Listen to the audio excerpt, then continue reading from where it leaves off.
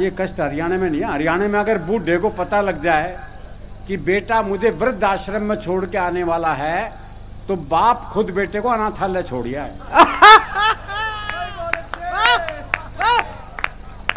भले जमा कर लो, इसने मेरा ना आई हो।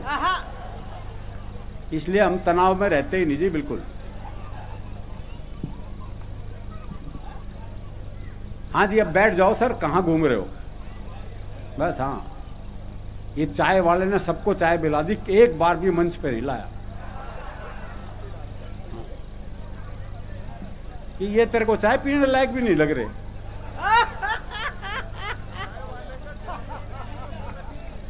चाय वाला दिल्ली को नोटिस में ही नहीं ले रहा है। आजा बेटा। दिल्ली वाले कौन से ले रहे हैं?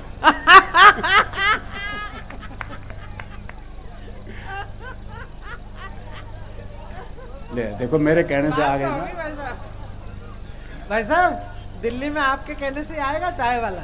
आएगा, बिल्कुल आएगा। दिल्ली में ही है चाय वाला, कहाँ है? ये आवाज कुछ यार ठीक करो इसे, यहां जाके पता लगती है कि आवाज कुछ गड़बड़ है। मां पर क्या शानदार गीत सुनाया उन्होंने। हरियाणा में ये संबंध भी हास्यरस में ही है। वो एक 22-23 साल का लड़का जी, जबरदस्त बारिश में तरबतर भीगा हुआ हलवाई की दुकान पे पहुंचा, बोला 10 रुपए का दही दे दे। तो हलवाई ने पूछ लिया, भाई तेरा ब्याह हो लिया? और बोले तू के सोचते इस तूफान में मेरी मां भेजेगी मैं दही लेना? तो हमारे यहाँ ये सारे संबंध हास्य रस में है। मुकेश जी, विजय जी, बधाई देता हूँ आपको इस शानदार आयोजन के लिए। वैसे भी 3 साल कोरोना ने हंसने नहीं दिया, और वो 1 साल से वो मुकेश अंबानी के छोरे का ब्याह ही खत्म नहीं हो रहा। मतलब भगवान शिव के ब्याह के बाद ये दूसरा ऐसा ब्याह है जिसमें भूत प्रेत पिशाच चुड़ैल देवी देवता सारे शामिल हुए। आफत ही कर रखी है भाई ने। बेटे ये बच्चे आए कि छोड़े गए हैं? ठीक है भैया, इनको संभालो, नहीं तो फिर ये भी खो जाएंगे थोड़ी देर बाद। ए बिटिया। नहीं वो ठीक है, बस मैदान बदल लें, खेल तो ठीक रहे। ये दोनों लड़कों को संभालो, ये बड़े होके केजरीवाल बन जाएंगे अगर ऐसा करें। बेटा, ए बेटा, भाभी जी। हाँ हाँ, इसको वही आंख दिखाओ जो रात में 10 बजे भाई साहब को दिखाती हो। क्यों बच्चों में दहशत पैदा कर रहा है? मैं उसके बाप में दहशत पैदा कर रहा हूँ बच्चे में। शशिकांत ने क्या बढ़िया संचालन किया, एक बार शशिकांत के लिए भी जोरदार तालियां हो जाए। काव्य पाठ का बलिदान दे दिया भाई ने। जिंदा शहीद आजकल कौन देता है भाई? कौन देता है? बहुत बड़ी बात है ये। शशिकांत करता है ये काम। तो बता रहा था कोरोना काल में स्थिति ऐसी थी, वो मैं अखबार पढ़ रहा, हमारा काम हर दूसरे तीसरे दिन सूटकेस लेके निकलने का। वो 3 महीने हो गए घर में पड़े हुए, मैं अखबार पढ़ रहा, पत्नी इधर से उधर घूम रही और बड़बड़ा रही, बोले पता नहीं ये बीमारी कब जाएगी। नहीं पता नहीं लग रहा था, मुझे कह रही है कोरोना को कह रही है। और लॉकडाउन का बड़ा कष्टदायक समय था जी। निक्कर और बनियान में टाइम कट रहा था, आपको याद हो तो। कपड़े बेचारे लटके लटके लटक गए थे। अच्छा, अलमारी में रखे हुए कपड़े ये सोच रहे थे मालिक है भी या निमट लिया। तो ये सारे कष्ट हमने सहे। अब हरियाणा की मस्ती पे आते हैं जी, क्योंकि समय का मुझे भी ध्यान रखना है। और हरियाणा में मस्ती के लिए कहीं जाना नहीं पड़ता। वो पुलिस के सिपाही को छुट्टी चाहिए थी, पहुंच गया SHO के पास, बोले छुट्टी चाहिए। बोले बहुत काम है, छुट्टी नहीं मिल सकती। बोले जी छुट्टी तो मैं लेके रहूंगा। बोला अच्छा एक सवाल का जवाब दे दे, छुट्टी दे दूंगा। बोले सवाल कुछ भी बूझ लो। बोला अच्छा ये बता, कटप्पा ने बाहुबली को क्यों मारा?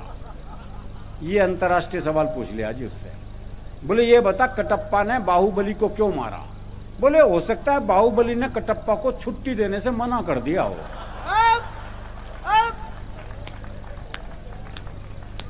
वो एक और को छुट्टी चाहिए थी, पहुंच गया SHO के पास, बोले छुट्टी चाहिए। बोले किस लिए चाहिए? बोले जी मेरी शादी है। अब इस पे तो कौन मना करे जी। बोले अच्छा कितने दिन की चाहिए?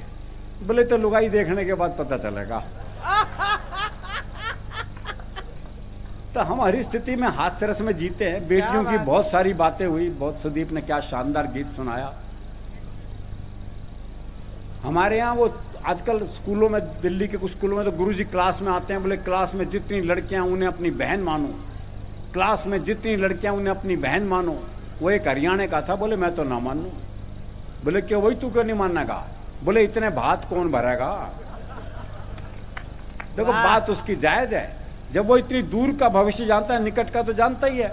वो क्लास में टीचर ने सवाल कर दिया, बोले मैंने तुझे थप्पड़ मारा, इसका भविष्य काल बता। बच्चा बोला तेरी साइकिल में पंचर मिलेगा। वाह! वो एक बच्चा 3 दिन तक स्कूल नहीं आया। चौथे दिन स्कूल पहुंचा तो मास्टर ने पूछा, बोले भाई 3 दिन से आया क्यों नहीं? बोला जी हमारी भैंस ने काटड़ा दिया है। काटड़ा समझते हैं ना? हाँ, और मैं क्या विदेश में पढ़ रहा हूं। बोला जी हमारी भैंस ने काटड़ा दिया है। तो मास्टर बोला भाई इसमें क्या खास बात हो गई? बोले खास नहीं है तो तू दे के दिखा। तो ये आनंद हिसाब बालपन से ही है हमारे यहाँ। हर काम, हर संबंध हास्य रस में जीने वाले लोग हैं, मस्ती में रहने वाले लोग हैं। और ये मस्ती जीवन में रहनी चाहिए, क्योंकि आप हंसेंगे तो धरती आपकी है, ये आसमान आपका है। अगर रोने बैठ गए तो किसी मिल में वो रुमाल आज तक नहीं बना जो रोते हुए आदमी के आंसू पहुंचते हैं। बढ़िया भाई साहब, बढ़िया। और हंसी संवाद से निकलती है, आपसी बातचीत से निकलती है। वो एक बुजुर्ग महिला बस में चढ़ी तो किसी ने सीट नहीं दी उसे, तो ड्राइवर को दया आ गई, उसने बोनट पे बिठा लिया। थोड़ी देर बाद 30-35 साल की सुंदर सी महिला चढ़ी तो सारे सीट देने को तैयार, और वो महिला बैठने को तैयार नहीं। तो बुढ़िया बोनट पे से बैठी बैठी बोली, अरे बोले बैठ जा, कुछ साल बाद बोनट पे ही बैठना पड़ेगा। वाह! तो ये संवाद बहुत जरूरी है, महफिल में ये जरूरी है, हैं? अच्छा, वो आता हूँ, वहां भी आता हूँ भाई। दरअसल क्या है, हरियाणा में काम वही कर सकता जो हरियाणा का हो। जैसे डॉक्टर है, कोई और प्रदेश का आके वहां डॉक्टरी करने लग जाए, कर ही नहीं सकता, क्योंकि मरीज बीमारी ऐसी बतावेगा। बोले डॉक्टर साहब कालजे में कुछ धुआं सा उठा है। अब समझ ले डॉक्टर क्या बीमारी है भाई। और डॉक्टर भी कमाल हैं। वो डॉक्टर एक मरीज का चेकअप कर रहा था, देखा उसकी दोनों टांगें नीली पड़ गई। बोले ओहो जहर चढ़ रहा है भाई, टांगे काटनी पड़ेंगी। दोनों टांगे काटी गई, नकली टांग लगवाई गई। देखा कुछ देर वहां नकली टांग भी नीली पड़ गई। बोले ओहो तुम्हारी तो जीन्स ही रंग छोड़ती है।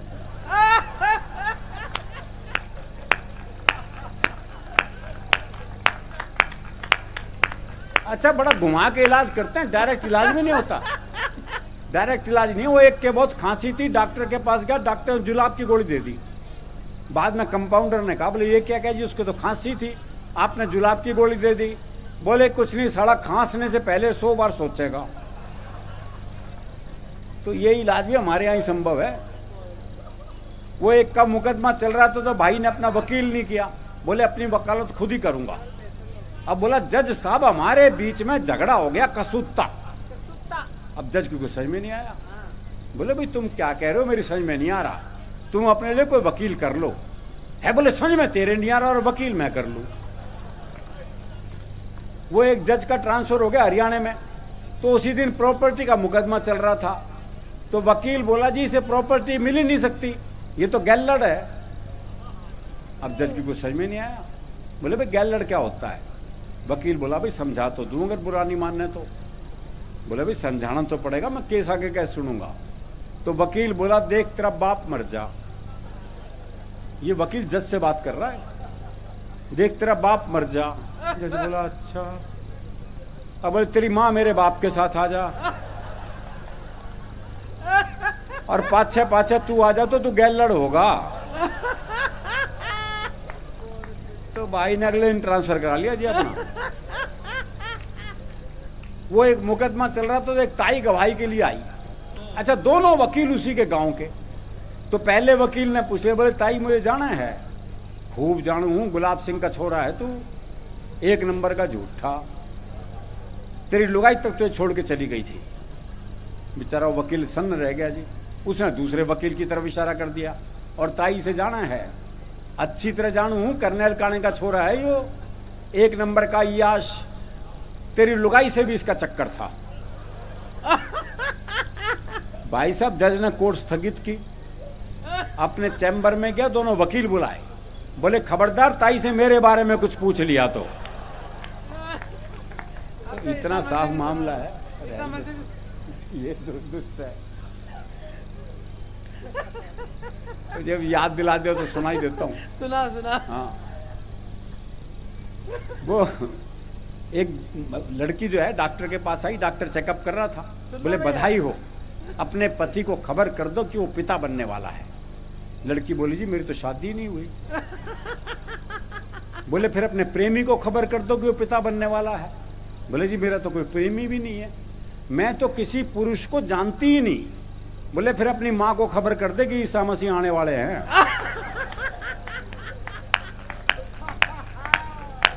तो हमारे यहाँ हास्यरस है जी। और हरियाणा में आप देखो ईसाई मिशनरी बहुत कम मिलेगी। ये बहुत मार्के की बात है भाई। ईसाई हरियाणा में नहीं मिलेगी आपको। वो आए थे मिशनरी वाले, बड़ा लंबा चौड़ा भाषण दिया। जब भाषण खत्म होने को हुआ तो एक चौधरी खड़ा हो गया, बोले भाई मन तो ये बता दे जीसस कौन है। बोले जी ये ईश्वर का पुत्र है। बोले भाई देख ये हरियाणा है, यहाँ जब तक बाप जीवे बेटे हो कोई नहीं पूछता, बस जिस दिन ईश्वर मर जाएगा उस दिन बात करेंगे देर तक। और ये सही बात है, पूरे हरियाणा में आपको कहीं अलग से गणेश जी का मंदिर भी नहीं मिलेगा, क्योंकि बाप जीवे भाई। शिव जी के मंदिर में गणेश जी बैठे मिल सकते हैं। तो हमारी धार्मिक स्थिति बिल्कुल अलग है, बहुत आनंद में रहने वाले लोग हैं, और ये आनंद जीवन में बहुत जरूरी है। हमारे यहाँ तो प्रेम में भी आनंद है। वो प्रेमी ने प्रेमिका से कहा अगर तू मेरी नहीं हुई ना तो मैं तुझे किसी की नहीं होने दूं।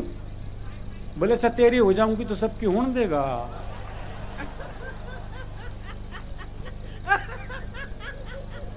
वो एक की पत्नी मर गई, हाँ तालियां बजा दो तो बजा दो, ऐसे दो चार लोग क्या। हाँ अकेला शशिकांत मेहनत कर रहा है बेचारा। वो एक की पत्नी मर गई तो उसने एक चित्रकार को बुलाया, बोले यार मेरी लुगाई का एक बढ़िया सा चित्र बना दे। बोले जी ऐसा चित्र बनाऊंगा चित्र बोल उठेगा। बोले फिर रहने दे, फिर रहने दे। हाँ तो हमें पता है हमारा प्रेम कैसा, हम जानते हैं जी। वो एक मेले में दो बचपन के दोस्त मिले, दोनों बौखलाए हुए। बोले वे कैसे बौखला रहा है। बोले यार मेरी लुगाई खोगी से ढूंढ रहा हूँ। और बोले तू। बोले यार मेरी भी खोगी, मैं भी ढूंढ रहा हूँ। बोले तेरी लुगाई कैसी थी। बोले यार 5 फुट 4 इंच उसका कद, एक गहरा बदन, गोरा रंग, गुलाब जैसे होंठ, बहुत ही सुंदर थी। तेरी कैसी थी। है बोला मेरी न छोड़ यार तेरी ढूंढते हैं। तो हमें पता है हमारा प्रेम कैसा, हम जानते हैं जी। और ब्रेकअप के लिए भी बड़ी बड़ी बात नहीं चाहिए, बहुत सामान्य बात पे हो जाता है। वो प्रेमी ने प्रेमिका को जैसे ही सीने से लगाया तो प्रेमिका बोली तेरा दिल बड़ा कुरकुरास है। अरे बोले दिल कुरकुरा कौन है, तेने बीड़ी का बंडल तोड़ दिया। एक कविता सुनाता हूं, समय का मुझे ध्यान रखना है। ये मैंने कल्पना करी कि स्वर्ग में जो देवी देवता हैं उनके वाहन कितने युगों से काम कर रहे हैं। तो वहां भी जानवर अधिकार आयोग पहुंच चुका है, तो उन्होंने बताया कि तुम इतने युगों से काम कर रहे हो, तुम्हें भी छुट्टी चाहिए। तो सब वाहन छुट्टी के लिए अप्लाई करते हैं। ब्रह्मा जी क्योंकि सृष्टि के निर्माता हैं इसलिए उन्हें सरपंच बना दिया गया है। तो एक एक वाहन अपने तर्क दे रहा है कि मुझे छुट्टी क्यों चाहिए। ये विषय क्या बात है, क्या बात है भैया। हाँ जी थोड़ी सी शांति इधर बस। ए बेटे, ए भाई हाँ बेटे। ए भैया। हाँ बस 2-3 मिनट की कविता है बस। वो सुन ही नहीं रहे, बात ही कर रहे। ना ना चुप हो जा बेटा, बेटा चुप हो जा। वाइट टी शर्ट, चुप हो जा। सबसे पहले पक्षीराज गरुड़ आए। आहा। बोले विष्णु जी शिव जी से मिलने प्रतिदिन जाते हैं, उनसे बतियाते हैं, उनका तो कुछ नहीं जाता, पर शिव जी गले पड़े सांप देखकर मेरे मुंह में पानी भर आता है। वाह। इतने स्वस्थ, इतने लजीज, इतने पौष्टिक सांप मेरी जगह होते तो क्या करते आप। कुछ दिन मैं भरपेट सांप खाना चाहता हूं, इसलिए छुट्टियां लेकर हिंदुस्तान जाना चाहता हूं। वाह। कुछ दिन मैं भरपेट सांप खाना चाहता हूं, इसलिए छुट्टियां लेकर हिंदुस्तान जाना चाहता हूं। भारत ने बहुत सारे सांप संभाल रखे हैं, अपनी आस्तीन में पाल रखे हैं। वाह वाह वाह वाह वाह वाह वाह वाह वाह वाह वाह। बढ़िया भैया, अरुण भैया। मोर ने कहा नीचे देखो वो सुंदर अभिनेत्री मुझे बुला रही है, हाय हाय हाय हाय। बुरी तरह मचा रही है शोर। ये दिल मांगे मोर, ये दिल मांगे मोर। अपने मोर होने का फर्ज भी निभाऊंगा, मुंबई जाऊंगा, अपने पैर नहीं इन हीरो हीरोइन के नंगे बदन देखकर मेरा मन रोता है, इन्हें सिखाऊंगा देखो नृत्य ऐसे होता है। वाह वाह वाह वाह वाह अरुण भैया। चूहे से पूछा गया छुट्टी क्यों चाहिए बताओ। चूहा बोला कारण अपने आप समझ में आ जाएगा, थोड़ी देर मेरे सवार को अपने ऊपर बिठा कर दिखाओ। 2 मिनट में करने लगोगे हाय हाय, वो सवार और ये सवारी, इतना बड़ा अन्याय। महाराज मुझे न्याय चाहिए 100%, छुट्टी क्या, मुझे तो चाहिए रिटायरमेंट। रिटायरमेंट इसलिए चाहिए हजूर कि एक बार अंगड़ाई लेना चाहता हूं भरपूर, सरकारी गोदाम में जाऊंगा और अपनी फेवरेट डिश खाऊंगा। मैं कुतरूंगा उन वनों को जो सिर्फ फाइलों में उगे हैं, मैं कुतरूंगा उन वनों को जो सिर्फ फाइलों में उगे हैं, और प्लेग फैलाऊंगा उनमें जो इंसानियत कुतरने में लगे हैं। हंस ने कहा मैं ही कौन सा सुखी हूं, पर मैं सरस्वती जी से नहीं इनके पुत्रों से दुखी हूं। एक रात में 20-20 कवियों को सुनना नहीं खलता, पर कौन किसकी क्या सुना रहा है ये आसानी से पता ही नहीं चलता। छुट्टी मिल जाए तो काम करना है नेक, मैं श्रोताओं की चेतना में जाऊंगा और जगाऊंगा उनका विवेक। अच्छा, आप सोच रहे होगे कि उल्लू ने छुट्टी क्यों नहीं मांगी। दरअसल क्या हुआ कि लक्ष्मी को तो मोदी जी ने बैंक में बंद कर दिया और उल्लू को लाइन में लगा दिया। उधर गधा चल रहा था घास, ब्रह्मा जी खुद गए उसके पास, बोले तुम्हें भी छुट्टी चाहिए। गधा बोला मिल जाए तो ठीक है भैया। सॉरी ब्रह्मा जी, बिना सोचे समझे क्या बक गया हूं, असली बात यह है कि मैं बाप बनते बनते थक गया हूं। असली बात यह है कि मैं बाप बनते बनते थक गया हूं, छुट्टी मिल जाए तो जरा सुर में रेखना चाहता हूं, और जिन्होंने मुझे हर मौके पर बाप बनाया उनकी माएं देखना चाहता हूं। अंत में प्रकट हुआ अंतिम वाहन भैंसा। ये बंद मैं मोदी जी के उस काम को समर्पित करता हूं जो मुझे उनका अब तक का सर्वाधिक अच्छा काम लगा। अंत में प्रकट हुआ अंतिम वाहन भैंसा। बोला सबने अपनी कह ली तो मुझे भी संकोच कैसा। मेरी डिमांड थोड़ी न्यारी है, मुझे छुट्टी से ज्यादा ड्यूटी प्यारी है। मेरी मांग आपको भले ही खले, मैं यमराज के हिसाब से बहुत चल चुका, अब चाहता हूं कुछ दिन यमराज मेरे हिसाब से चले। अब चाहता हूं कुछ दिन यमराज मेरे हिसाब से चले। और अंतिम 2 पंक्ति, अब चाहता हूं कुछ दिन यमराज मेरे हिसाब से चलें। मैं भ्रष्टाचारियों की जड़ें खोदना चाहता हूं और नियंत्रण रेखा पार करके आतंकवादी शिविर रौंदना चाहता हूं। आतंकवादी शिविर रौंदना। मां सरस्वती को नमन करता हूं, पावन मंच को प्रणाम करता हूं और आपकी उपस्थिति को नमन करता हूं। 7-8 लोगों ने ताली बजाई है, रहने दो, कोई फायदा नहीं है। अनिल अग्रवंशी झूठ पे झूठ, अंतरराष्ट्रीय कवि, कोई अंतरराष्ट्रीय नहीं भाई साहब। ये जितने कवि हम इतने झूठे होते हैं, हम एक दूसरे की बड़ाई करते हैं, कोई कुछ नहीं होता। अभी दिनेश रघुवंशी आएंगे, उनके बारे में सुनना। 17 किताब लिख दी दिनेश ने। अरे क्यों लिख दी? 17 जब 16 किसी ने नहीं पढ़ी। ये सारे, मैं सच बता रहा हूं बाबूजी, इतने झूठे होते हम लोग, एक दूसरे के, राजेश भाई अमेरिका, सब झूठे। ये कल जी अब तो एसीपी बन गए, वो कहां गया शंभू काड़ा। ये भाई साहब ये इतना उस्ताद आदमी है, चला गया। ये मैं सच बता रहा हूं, अभी पिछले महीने मैंने इसको मोटरसाइकिल पे बिठा लिया। अब इसके बाल तो लुगाई वाले हैं ही। एक लोंडा पीछे लग गया कि लुगाई जा रही है, जब बिल्कुल पास आ गया, मैं तेरे को शर्म नहीं आती है पीछा करते हुए? बोला शर्म तो तेरे को आनी चाहिए, इतनी बुरी लुगाई भी उठा रखी है पीछे। चला गया वो। एक बार तालियां बजा दो शंभू के लिए भी, क्योंकि हंसना हंसाना आदत है मेरी, अपना बनाना आदत है मेरी। लोग तो मुंह फेर के चल देते हैं, आवाज देके बुलाना आदत है मेरी। आवाज क्या मस्ती से सुन रहे। हरियाणा की बता रहा था वो, हरियाणा। गोविंद जी भी बैठो बैठो। हाँ, कमजोर हो गए गोविंद जी कुछ। हाँ, जैक्सन जी बैठे हैं, प्रणाम करता हूँ, बहुत बढ़िया। हमारे राजेश ठुकराल जी बड़ा मेहनत से कार्यक्रम किया है। लीला कृष्ण जी, मैं आज से नहीं जानता लीला कृष्ण जी को, भाई साहब इतनी पुरानी जान पहचान है मेरी। ये लोग जो तरक्की करते हैं सोनोटेक जैसे लोग, ये ऐसी तरक्की नहीं करते। दिमाग चाहिए, दिमाग है इनमें। मेरे को याद है वहां पर ट्रेन के अंदर भाई साहब एक पाकिस्तानी बैठा, एक चीनी बैठा, एक हमारे लीला कृष्ण जी बैठे हुए। अब पाकिस्तानी ने ऐसे 500 का नोट बनाया भाई साहब, बीड़ी बनाई और फूंक के फेंक दिया 500 के नोट का। हम पाकिस्तानी हैं, 500 के नोट की कोई वैल्यू नहीं है, हम तो फूंक के बीड़ी बनाकर फेंक देते हैं। चीनी 2000 का नोट उस टाइम ऐसे बनाया, बीड़ी बना के यूं ही फूंक दिया। हम चीनी हैं, 2000 के नोट की हमारे सामने कोई वैल्यू नहीं है, 2000 का नोट तो हम बीड़ी बना के फेंक देते हैं। लीला कृष्ण जी, पूरी भिवानी की इज्जत का सवाल है, ताली बजा देना। जैसे ही भाई साहब उन दोनों ने 500 का, एक ने 2000 का फूंक दिया। अब लक्ष्मी पुत्र है, अपमान नहीं करते लक्ष्मी का। चेक बुक निकाली, 5 लाख का चेक भरा, उस पर भी दस्तक नहीं करे, कभी जलावा चल जाए। सत्ता को संभालते ही मोदी ने ऐलान किया कि खुद नहीं खाऊंगा और खाने नहीं दूंगा मैं। मोदी जी की बात बता रहा हूं। सर मोबाइल वगैरह छोड़ दो सर, कोई दिक्कत ही नहीं है, क्या करोगे मोबाइल, साक्षात आपके सामने अनिल अग्रवंशी खड़े हैं। क्या ये मस्ती की बात है साहब? और जीवन है, आज दिनेश भाई हैं, और हमारे हरियाणा का जिक्र करा उसने, हरियाणा का हमारा कोई मुकाबला नहीं। बिंदल साहब, वो 3 लड़कियां बस स्टैंड पे खड़ी, अब मस्ती लेना हरियाणा की और भिवानी की खास तौर से।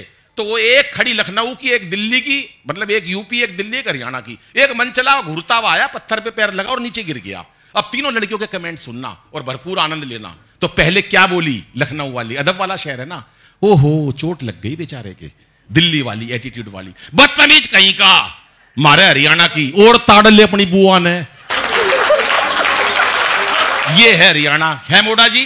वो एक उछाल उछाल के अपने बच्चे को, सास रे मेरा लाल, ओ मेरा चंदा, ओ मेरा लाल, वो बुढ़िया रे मेरा लाल, ओ चंदा हाथ छूट के नीचे पड़ गया। बता वो किस लिए बुढ़ा आ गया? अमावस का चंदा आया है भाई साहब। हम कपड़े पहन, क्या होता है, हम कभी सम्मेलन करते हैं ना, तो पहले तो अब ये, आज तो हमारे पास चलो शंभू है, बहुत तरक्की करी इसने, कैसे यात्रा करी। पहले क्या होता था, छत के ऊपर सो जाते थे सिर्फ कच्छा पहन के, बाकी क्या तो ठंड गर्मी का टाइम होता था। तो कवि सम्मेलन आके ये छत पे सो गया जी। कम से कम 1500 कौवे इकट्ठे हो गए। मैं एक कौआ तब जीर में क्यों होया, बोला कुछ नहीं, हमारा देवता मर गया। बजाओ ताली, क्योंकि जीवन हंसने का नाम है, टेंशन का नाम नहीं है। टेंशन किस लिए रखनी है? हरियाणा का आदमी तो वैसे नहीं रखता। अभी राजेश टेंशन में बैठा परसों, अरे मैं टेंशन में क्यों बैठा है, और बारिश हो रही है, इतना बढ़िया मौसम हो रहा है। बोला मौसम विभाग ने कही है बूंदाबांदी होगी। अरे मैं बूंदाबांदी होगी तो टेंशन में क्यों बैठा है? बोला मैं यूं देखूं इसमें बूंदा कौन सी है और बांदी कौन सी है। कर लो भाई साहब टेंशन की बात। दुनिया टेंशन में बैठी है राजेश भाई, कोई मतलब नहीं, खाम खा एक बैठा टेंशन में। अरे मैं टेंशन में क्यों बैठा है? बोला एक दिन अनिल या सारी दुनिया मर जाएगी।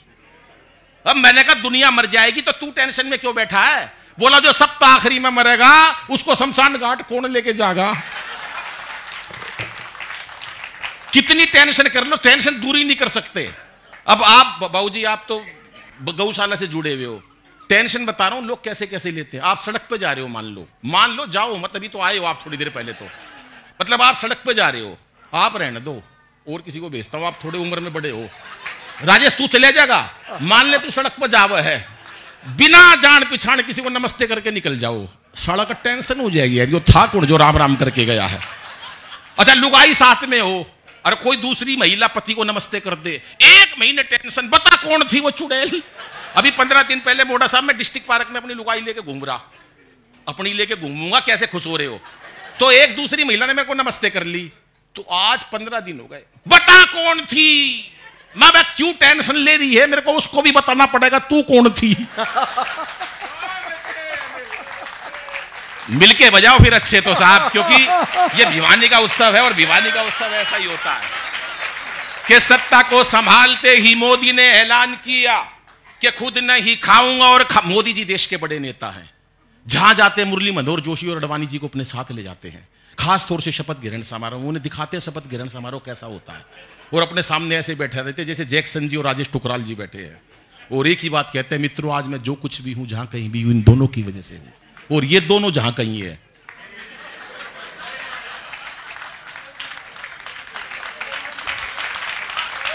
सत्ता को संभालते ही मोदी ने ऐलान किया, खुद नहीं खाऊंगा और खाने नहीं दूंगा मैं। और अखिलेश बोले अब जिंदगी में राहुल को अपनी ये साइकिल चलाने नहीं दूंगा मैं।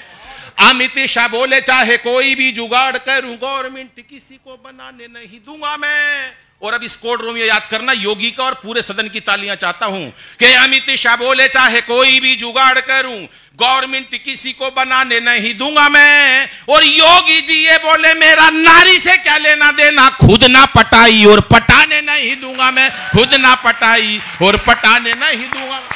2 लाख करोड़ का लोन लेके आए मोदी जी। कितना? 2 लाख करोड़ का। जैक्सन जी 2 लाख करोड़ का जापान से लोन लेकर आए, बदले में देके आए गीता माता।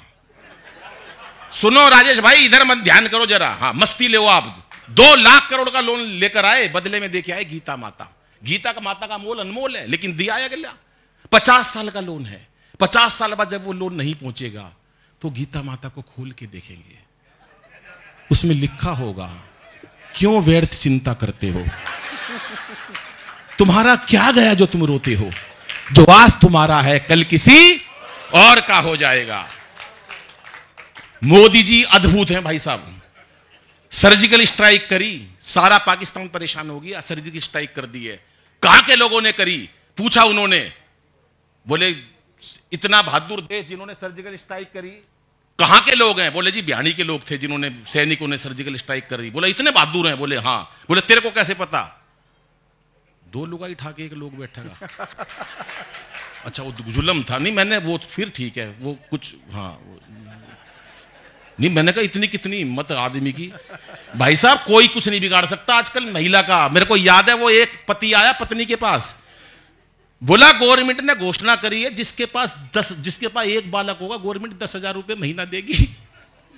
बेवकूफ बना रहा था पत्नी को, और हमें तो 10,000 रुपए मिल जाएंगे, हमारा तो घर में एक ये बंटू ही है ले दे के, ठीक है ना। अब उसके मन में खोट था। पत्नी बोली हाँ ठीक है हमें तो 10,000 रुपए मिल जाएंगे, हमारे तो एक बंटू है। पति के मन में खोट था। बोला तू बुरा ना मानना तो एक बात कहूं? बोला बोल। बोला मेरा एक बालक जयपुर में भी से। लुगाई बोली लिया, वहां से बच्चा लेकर आया, घर पे आके बोला बंटू दिखाई नहीं दे रहा।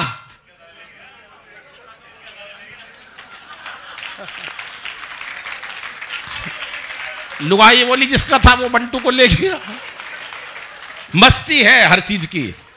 और हमारे हरियाणा में तो मक्खी मच्छर में हादसे हुए, मक्खी की मच्छर से शादी हो गई, शादी के अगले दिन ही मक्खी जोर जोर से रोने लगी।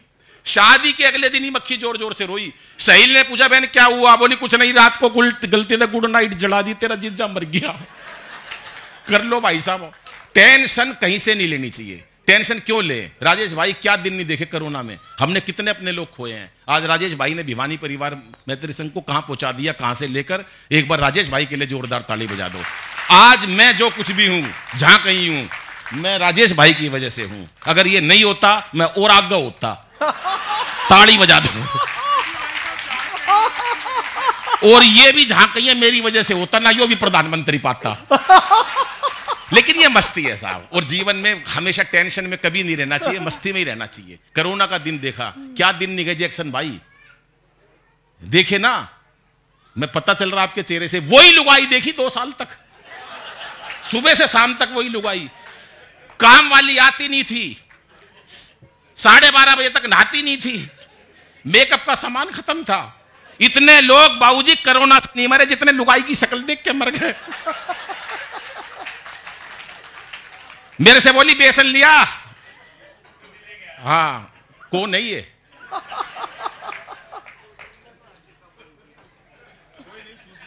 यही था वो। एक बार तालियां बजा दो साहब। अब वो बोला हाँ बताई उसने। बोला हाँ भाई किसने सर्जिकल स्ट्राइक करी? बोले हरियाणा के लोग थे, वो भी भिवानी के थे। बोले भिवानी के लोगों ने सर्जिकल स्ट्राइक कर, इतने बहादुर सैनिक है। बोला हाँ। बोला तेरे को कैसे पता इतने बहादुर सैनिक है? बोला उनका एक सैनिक दूसरे सैनिक से कह रहा था मार साले का रैप्टा। हमारी तभी तसल्ली हो गई, अब तो दोनों देशों में प्यार जोड़ लो। बोले प्यार कैसे जोड़े? बोले भाई अनिल से पूछ के बताऊंगा मोदी जी बोले। तो 4 पंक्तियां मैंने मोदी जी को दी जो पाकिस्तान और हिंदुस्तान के प्यार के लिए भरपूर तालियां चाहूंगा। मैंने कहा मोदी जी सुना देना पाकिस्तान के राष्ट्रपति को 4 पंक्तियां जिससे दोनों देशों में प्यार जुड़े। हाथ से कहां से निकाला आपका प्यार? चाहता हूं कि जो भी है तकरार की बातें दिल से सभी भुला देंगे। जो भी है तकरार की बातें दिल से सभी भुला देंगे और पाक से दुल्हन आते ही सारा कश्मीर सजा देंगे। और सुन ले पाकिस्तान, प्यार का यही रास्ता बाकी है, तुम अच्छी सी लड़की देखो, हम राहुल गांधी ब्याह देंगे। वो एक हरियाणा के बच्चे से सवाल कर दिया मास्टर जी ने, बेटा कांग्रेस की स्थापना किसने करी, इसका जन्म कब हुआ? बच्चा हमारे हरियाणा का था। बोला मास्टर जी मनना नहीं बेरा, कांग्रेस की स्थापना किसने करी, इसका जन्म कद होया, पर नू पता इसका नाश कौन करेगा। सब कुछ अंडरस्टूड है और कोई टेंशन नहीं। वो एक आया टेंशन में, अरे बोला यार दादाजी गुजर गए। मैं क्या हुआ? बोला यार रामदेव ने मरवा दिया। मैं तेरे दादाजी रामदेव ने कैसे मरवा दिया? बोले यार टीवी के सामने योग सीख रहे थे सुबह 4 बजे, दादा मेरे भोले भाले। बाबा बोला जैसे जैसे कहूं वैसे वैसे करते जाना। बाबा बोला सांस खींचो, खींच ली दादाजी ने। बाबा बोला और खींचो, दादाजी ने ऊपर तक खींच ली। इतनी देर में यार लाइट चली। थोड़ी देर में भगवान ने मेरा दादाजी खींच लिया, इतनी देर में लाइट आ गई। बाबा रामदेव बोले इसी प्रकार से तमाम रोगों का निवारण किया जाता है। 88,000 नाड़ी खुल जाती हैं एक बार जोरदार ठाका लगाने से। कितनी? मैंने नहीं कही, रामदेव ने कही है। एक बार जोरदार ठाका हम जीवन में लगाएं, हम हंसते नहीं है साहब, टेंशन में रहने लगे हैं। 88,000 नाड़ी खुल जाती है। बहन जी आप पढ़ी लिखी लग रही हो इसलिए बता रहा हूं आपको, नहीं कुछ नहीं पता महिलाओं का। परसों मेरा ऑडिटोरियम में कार्यक्रम था, वहां पर एक महिला 15 मिनट से गुस्से में देख रही मेरे को। आई होगी घर में कलेश करके, मेरे को क्या लेना देना। मैंने पूछ लिया, मैं बहन जी मुझसे कोई गलती हो गई क्या? बोली नहीं, तेरी शक्ल मेरी सास से मिलती है। कुछ नहीं पता कौन किसको कहां निपटा दे। देश बहुत तरक्की की तरफ चल रहा है। और आज हम सोचे, बिंदल साहब हैं हमारे बैठे हुए हैं, भाई साहब कोई भी आदमी आज अपने आप को इंटेलिजेंट समझे। हम सोचते हैं हमारे से जूनियर आदमी इंटेलिजेंट नहीं है, बहुत इंटेलिजेंट है। मैं बिंदल साहब के ऑफिस में चला गया परसों, इनका पीए है वो बोलू, मतलब वो जो काम करता है दुकान पे। बोले यार अनिल भाई आया, हमारा छोटा भाई है, वैसे इंटरनेशनल कवि है, पानी वानी लिया, उन्होंने ला दिया। थोड़ी देर बाद वो बोला जी छुट्टी चाहिए। बिंदल साहब बोले भाई छुट्टी नहीं मिलेगी, देख मेरी बात सुन, छुट्टी इसलिए नहीं मिलेगी, काम बहुत है, अभी तू 1 हफ्ते रुक। बोला जी छुट्टी तो मैं लेके रहूंगा, मैंने बहुत जरूरी काम है। बिंदल साहब बोले इंटेलिजेंट टू मर्केंटाइल एसोसिएशन का पूर्व अध्यक्ष, भिवानी परिवार का चुनाव अधिकारी। बोले अच्छा एक सवाल का उत्तर दे दे, छुट्टी दे दूंगा। बोले बता। बोला ये बता कटप्पा ने बाहुबली को क्यों मारा? अब इस बात का छुट्टी तक कोई लेना देना नहीं है। अगले को फंसा दिया, पर वो भी एक नंबर का छटा हुआ था। बोला बाहुबली ने कटप्पा को छुट्टी देने से मना कर दी थी। बोले 1 हफ्ते की ले जा। तो ये मस्ती रहती है। वाइंड अप करता हूं, हंसाने को बहुत है और ये तो मेरा परिवार है। आज बड़ी बात करते हैं कि अनिल भाई इंटरनेशनल बन गए या ये बन गए। दोस्तों जब ये हमने भिवानी परिवार मैत्री संघ बनाया था, राजेश भाई और मैंने मिलकर इसकी कल्पना की थी। एक गाड़ी में हम दोनों जा रहे थे कि ऐसा एक संस्थान बनाना चाहिए। हमारे प्रधान जो हमारे संस्थापक प्रधान है, और मैं उस टाइम उप प्रधान था, लेकिन कवि सम्मेलनों की व्यस्तता की वजह से मैं अपने कार्य में लीन रहा। लेकिन जहां कहीं भिवानी परिवार आवाज देता है मैं खड़ा रहता हूं। और आज ये 1200 लोगों का परिवार राजेश भाई ने 1500 लोगों का परिवार, मैं चाहता हूं राजेश भाई के लिए और इनकी पूरी टीम के लिए, चाहे वो लीला जी हैं, चाहे वो हमारे राजेश भाई हैं, मीनाक्षी बैठी हैं, इधर मोटा जी बैठे हैं, और ये हमारे विनय, सब जो तमाम लोग हैं, पूरी टीम। और ये इस बार तो इतनी बढ़िया टीम है कि इन्होंने तमाम काम करे हैं। अगर दिल्ली की मैं टॉप, अगर 1000 संस्थाएं, अगर उसके अंदर से 20-25 टॉप की संस्थाओं का चुनाव करूं तो मेरे को गर्व है कि कभी मैं उसका वाइस प्रेसिडेंट रहा। मेरे लिए गर्व की बात है साहब। भिवानी परिवार मैत्री संघ ने जो काम करा, राजेश भाई ने अद्भुत काम करा है। एक अंतिम कविता सुनाता हूं दोस्तों, आपके बीच में हमेशा रहता हूं। एक छोटी सी बात और बता देता हूं। कोरोना का टाइम गया था, क्या टाइम था वो साहब, दुखी थे सारे कवि। ये शंभू सिकर ये बैठा, ये मेरे पास फोन आया, अनिल भाई तुम्हारा तो दालों का काम है, नए बाजार में अग्रवाल आदमी हो, तुम्हारे पास तो कोई दिक्कत नहीं है, मैं भूखा मर रहा हूँ, कति बुरा हाल हो गया, 3 साल से कवि सम्मेलन नहीं है। मैं देख कवि सम्मेलन तो मैं दिलवा दूंगा, तू बुरा मत मानियो, कवि सम्मेलन तो मेरे पास भी नहीं है, लेकिन काम भी नहीं है। बोला अनिल भाई चाहे 500 रुपये रोज मिल जाए। मैं देख बुरा मत मानियो, मैं काम बता दूंगा। बोला बता। मैं महारा पीतमपुरा में सर्कस लाग गए है, उनका बालू मर गया। बोला मन ने क्या करना है? मैं करना के तने बालू का नकाब पहन के कूदना है, और क्या करना है तने? बोले यार बेइज्जती हो जाएगी यार, लोग कहेंगे यार सर्कस में काम करता है। मैं काहे की बेइज्जती हो जाएगी? नकाब पहन के कौन पहचानेगा तू बालू है? और तू तो नहीं भी पहनेगा जब भी लगेगा। तो भाई साहब वो सब सर्कस में बोला करना क्या, मैं कुछ नहीं, नकाब पहन के वहां कूदना, जंप वंप लगानी है। वो इसने जोर से जंप लगाई भाई साहब, बराबर में शेर का बाड़ा था, उसमें जाके पड़ गया। और शेर को देखते घी बंदगी इसकी, ए जंगल के राजा माफ कर दो, मैं कोई भालू वालू नहीं हूं, मैं समूसी करूं, नकाब उतार के फेंक दिया। शेर ने भी नकाब उतार के फेंक दिया, बोला मैं भी कोई शेर वेर नहीं हूं, मैं भी अनिल अग्रवंशी हूं। हाथ खड़े करके एक बार तालियां बजाए सारा सदन। एक अंतिम कविता सुनाता हूं साहब मैं, एक अंतिम कविता सुनाता हूं। हालांकि मैं भूमिका बनाता हूं दिनेश भाई के लिए। दिनेश भाई इस कार्यक्रम का समापन करेंगे और जब आप उनके मुक्तक सुनेंगे, जिन्होंने पूरे देश में चाहे कोई सांसद हो, एमएलए हो, विधानसभाएं हैं, उनके मुक्तक कोट किए जाते हैं। देश में एकमात्र कवि जो डेली मुक्तक लिखते हैं, लगभग हजारों की तादाद में मुक्तक उनके हैं। और माँ पिता रिश्तों पर अद्भुत काम, जो मुझे लगता है कि शायद पूरे भारतवर्ष में ऐसा कार्य नहीं किया। मैं उनकी अगवानी में एक माँ की कविता पढ़ता हूँ। दोस्तों, दिनेश रघुवंशी जी वो कवि हैं जिनसे मैं बहुत कुछ सीखता रहता हूं। मैं चाहता हूं एक बार सारा सदन, आज वो भिवानी परिवार में आए हैं, मेरा कर्तव्य बनता है भाई के लिए एक बार जोरदार तालियां बजाए दिनेश भाई के लिए। राजेश जी, माँ वाली कविता सुना देता हूं। कविताएं बहुत हैं, हास्य की भी, और आपने कई बार लपेटे में नेताजी में मेरी पैरोडियां भी सुनी होगी, और सब टीवी वावा क्या बात पे बहुत सारी हास्य कविता भी सुनी होगी, कई बार सुन चुके और हंसाया भी आपको भी है। लेकिन एक कविता सुनाता हूं 3-4 मिनट की। बिंदल जी, क्योंकि आप कविता प्रेमी हैं, जो परंपरा एक ऐसी चलाते थे काव्य गोष्ठी, जिसको कई वर्षों तक चलाया, देश के हर कवि को सुना। दोस्तों बैठो बस 5 मिनट, मैं उनसे निवेदन करता हूं जिसको जाएं वो जाएं, लेकिन कविता के बीच में ना डिस्टर्ब करें, क्योंकि कविता है पूजा की कविता। दोस्तों, जीवन में माँ क्या है, क्योंकि भिवानी में जन्म हुआ, केलंगा गांव में मेरा जन्म हुआ, और आप सब लोगों का मैं पारिवारिक रूप से इसलिए जानता हूं क्योंकि हमारे संस्कार और आपके संस्कार कहीं फर्क नहीं है। आज वृद्धाश्रम बनने लगे हैं, बाबूजी गौशाला चला रहे हैं, 1.5 लाख से ज्यादा गौशाला वहां गौएं हैं। हम क्यों कर रहे हैं काम? चंद लोग ऐसे होते हैं। लानत है उन लोगों पर राजेश बाबू, जिनकी जो वृद्धाश्रम में अपने माँ बाप को भेज रहे हैं, और साधुवाद उन लोगों को देता हूं जो दूसरे माँ बाप की हिफाजत करने के लिए वृद्धाश्रम बना रहे। हम साहब कहां थे और कहां आ गए? हमारा विश्व गुरु बनने का नंबर था, मोदी जी कह रहे हैं विश्व गुरु बनेंगे, और बनेंगे भी एक दिन। क्या हमारे संस्कार थे? ऋषि मुनियों की धरती है, आज वहां पर वृद्धाश्रम बनने लगे। कहीं ना कहीं संस्कारों में कमी आई होगी। इसलिए कमी आई होगी कि हम शायद माँ बाप को प्यार करना भूल गए, पत्नी और बच्चों में ज्यादा इन्वॉल्व हो गए। बच्चों को भी पैकेज की चिंता लगने लगी। केवल 50 लाख का, 30 लाख का, 20 लाख का बच्चों के रिश्ते नहीं होते, 35-35 साल हो जाते हैं। शादियों में अनाप शनाप खर्चे और दुनिया भर का खाना जब हम खराब करते हैं, तो ये प्रेरणा भी इस मंच से मिलनी चाहिए साहब। 4 पंक्तियां पहले अपनी बेटियों को और बहनों को भी देता हूं। भिवानी परिवार मित्र संघ, हरियाणा में बहुत परंपरा थी, बच्चों को गर्भ में मारने लगे, पता नहीं दहेज के डर के मारे मारने लगे या किसी कुरीति के कारण मारने लगे, लेकिन था वो पाप। 4 पंक्तियां पहले अपनी बेटियों और बहनों के लिए कहना चाहता हूं कि इसे बेटा बना पालो तो ये इतिहास झूलेगी। बच्चियों को गर्भ में नहीं मारना चाहिए साहब। पद्मनी सुनो प्लीज।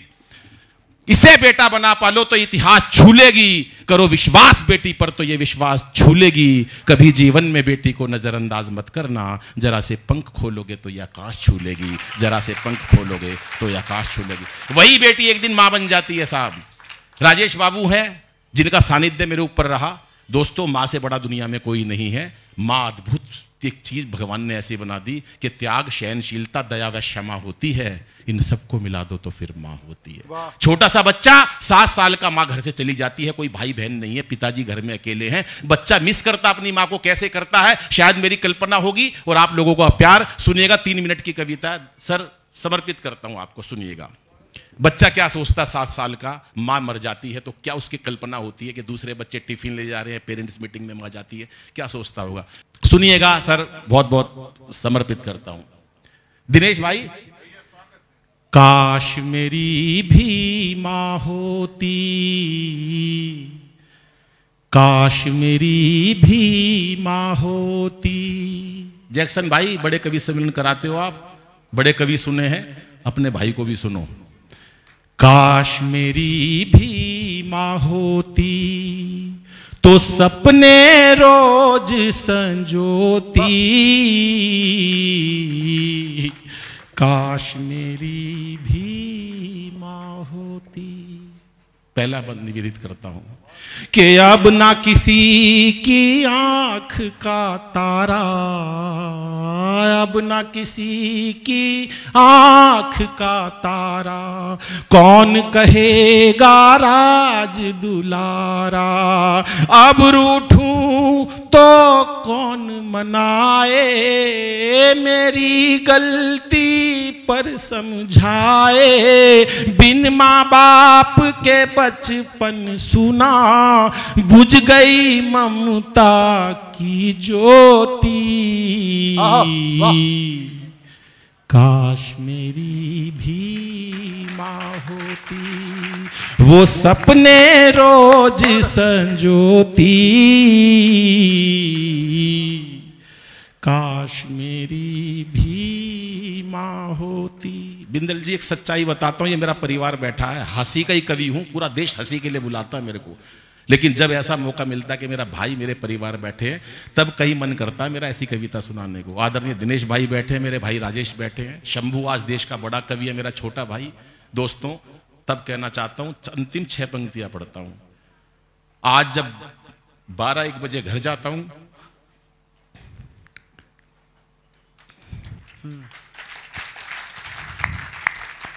कहीं ना कहीं फील करता हूं मैं कि मेरी मां नहीं है, मेरे पिता नहीं है।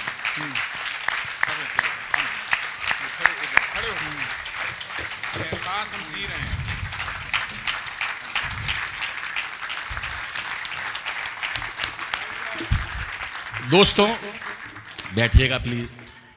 असल में क्या, हर कवि भावुक होता है, कोई कमी नहीं, ईश्वर ने सब दे रखा है, लेकिन मां का कोई मोल नहीं है।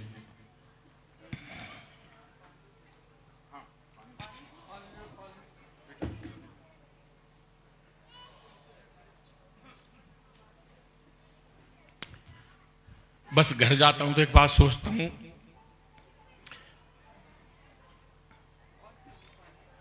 जब ड्राइंग रूम में माँ बाप की तस्वीर देखता हूं। भाई प्लीज तो आप लोग बैठ जाएं। हाँ, जिनको जाना है चुपके से निकले, बहुत मतलब। तो ये मन करता है कि भगवान ने सब दिया है, काश इस शोहरत को देखने के लिए मेरी माँ या मेरे पिता होते। क्योंकि ये एहसास जिंदगी में, मैं आपको बता रहा हूं, सौभाग्यशाली है वो व्यक्ति जिनके पास माँ बाप है। सबके माँ बाप को एक दिन जाना है, रहेगा कोई नहीं दुनिया में। लेकिन दोस्तों, अगर माँ बाप घर में है ना, तो मेरा आपसे विनम्र निवेदन है, उनकी भगवान की तरह पूजा करना मैं आपसे रिक्वेस्ट करता हूँ। मेरा एक कविता सुनाने का भी कोई तात्पर्य नहीं था, ना ऐसी मन में आ गया कि कविता सुना दो, लेकिन इस कविता को सुनाते हुए हो ही जाता हूँ मैं भावुक, और इसलिए सुनाता भी नहीं हूँ। सुनना दोस्तों, हमारी जब तबीयत खराब हो जाती है, अंतिम 6 पंक्तियां पढ़ता हूँ, ज़्यादा भावुक माहौल नहीं बनाता, क्योंकि खुशियों का माहौल है। आमतौर से ऐसा होता है कि जब हमारी तबीयत खराब होती है तो हमें लगता है हमारी माँ, हमारी बहन, हमारी बेटा हमारे पास हो, क्योंकि मन कमजोर हो जाता है। तो ऐसी स्थिति में बच्चे के बुखार हो जाता है, छोटा सा बच्चा घर पे है, तो पिता काम पर चले गए, तो बच्चा क्या सोचता होगा। अंतिम 3 पंक्तियां और समर्पित करता हूं, मोटा जी सुनिएगा। कि कल जब मुझको ताप ने घेरा, कल जब मुझको ताप ने घेरा, तो भर आया पागल मन मेरा, आंखों में उस माँ का चेहरा, लिटा गोद में दवा पिलाती, वो लोरी गा कर मुझे सुलाती, मेरा मुन्ना डर ना जाए, पास मेरे वो सोती। काश मेरी भी माँ होती, वो सपने रोज संजोती। काश मेरी भी माँ होती। अंतिम पंक्तियां पढ़ता हूं और मेरे साथ सारी लाइन भावुक हो गई, सबकी आंखों में आंसू देखता हूं, लेकिन कहीं ना कहीं से ये सिद्ध जरूर होता है कि हम अपने संस्कारों को, अपने माँ बाप को कितना प्यार करते हैं।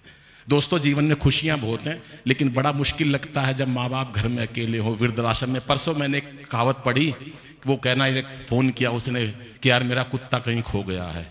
उन्होंने कहा आपका कुत्ता वृद्धाश्रम में चला गया है जहाँ आपकी माँ है, क्योंकि कुत्ते को आपसे ज़्यादा माँ से प्यार था, वो वृद्धाश्रम में मिलने चला गया।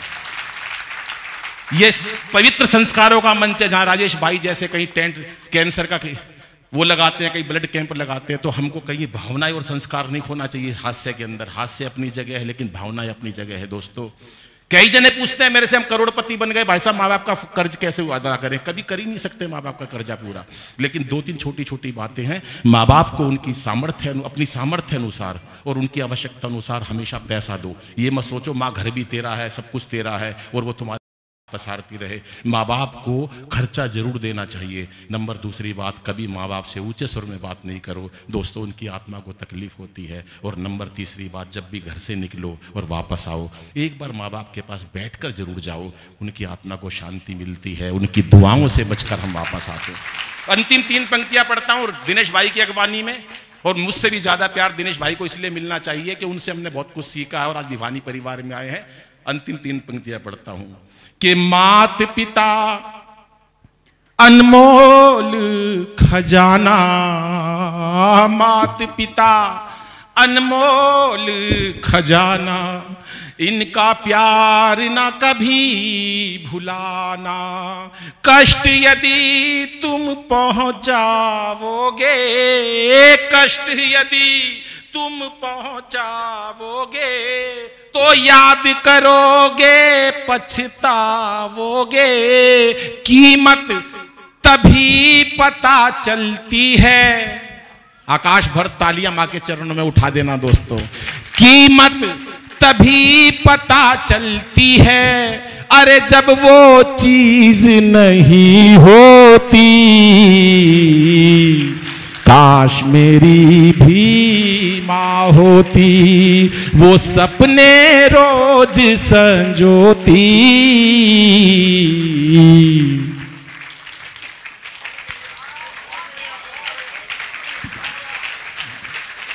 काश मेरी भी माँ होती। मोटा जी बहुत बहुत धन्यवाद, तमाम लोगों का आभार, धन्यवाद, नमस्कार।